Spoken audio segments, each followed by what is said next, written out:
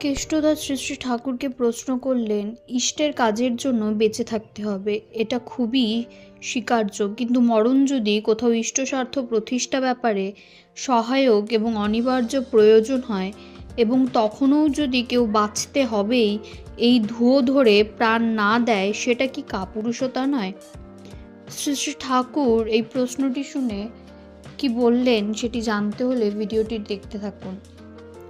শ্রী শ্রী ঠাকুর কেষ্টদার এই প্রশ্নটি শুনে বললেন, মরণটা যদি জীবন বৃদ্ধি বা ইষ্টস্বার্থ প্রতিষ্ঠার জন্য প্রয়োজন হয় তখন অন্য কথা। তাই গীতায় আছে, হত বা প্রাপ্স্যসি স্বর্গং জিত্তা বা ভোক্ষ্যে মহিম, নচেত অযথা জীবন দেওয়ায় তো কোনো লাভ নেই। অবশ্য ইষ্টের কাজ করতে হবে তোমাকে, সমস্ত দায়িত্ব নিয়ে, ঝুঁকি নিয়ে।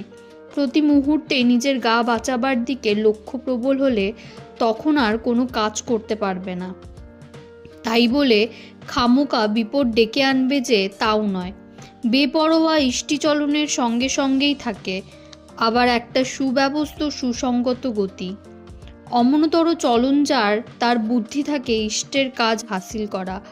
তার সেই পথে অন্তরায় যেগুলি, সেগুলিকে সে কৌশলেই এড়িয়ে বা নিয়ন্ত্রণ করে চলতে পারে।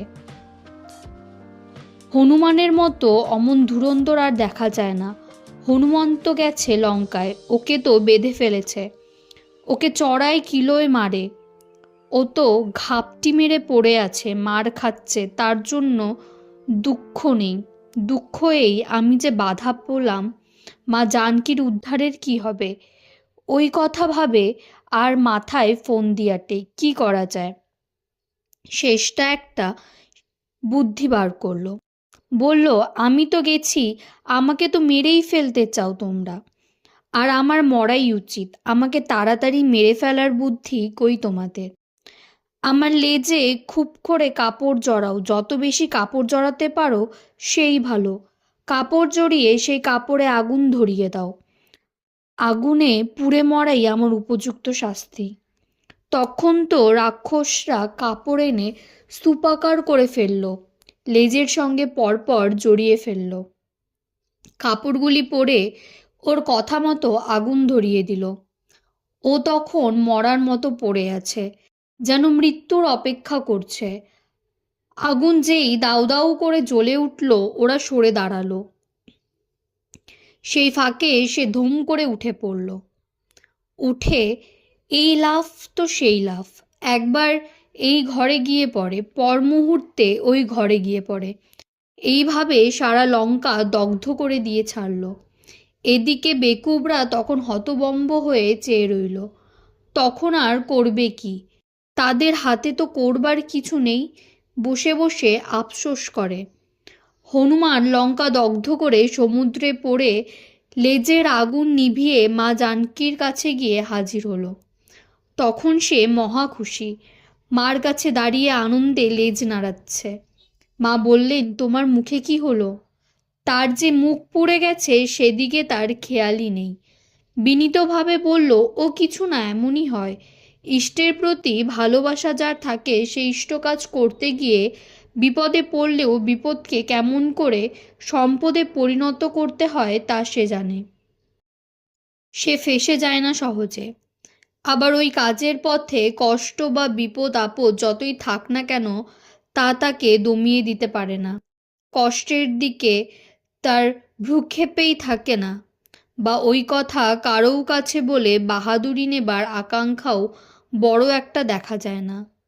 প্রিয়তমের খুশিতেই তার খুশি, আর তাকে খুশি করবার কর্মমাতাল নেশাতেই তার শরীর, মন, মাথা চাঙ্গা হয়ে থাকে।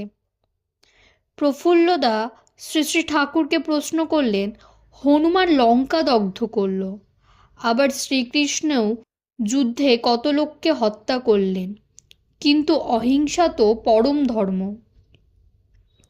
শ্রী শ্রী ঠাকুর বললেন, অহিংসা পরম ধর্ম, হিংসা তো পরম ধর্ম নয়। হিংসাকে অটুট অক্ষত রাখলে তো অহিংসার প্রতিষ্ঠা হয় না। অহিংসার প্রতিষ্ঠার জন্য হিংসাকে সরাসরিভাবে হিংসা করতে হবে। সুস্থতা আনতে গেলে অসুস্থতাকে বধ করতে হবে। সক্রিয়তা জাগাতে গেলে নিষ্ক্রিয়তাকে মারতে হবে, আমি তো এইরকম বুঝি। তবে এটা করতে হবে মঙ্গল বুদ্ধি প্রণোদিত হয়ে। তাই পাপীকে ঘৃণা বা হিংসা না করে, পাপকে ঘৃণা বা হিংসা করে পাপীকে পাপমুক্ত করে তুলতে চেষ্টা করতে হবে। তাই বলছিলাম, হিংসকের হিংসার প্রতি যদি আমরা অহিংস হই, তবে সেটাই হবে অহিংসা বিরোধী, অর্থাৎ হিংসা পোষণী আচরণ। জয় গুরু।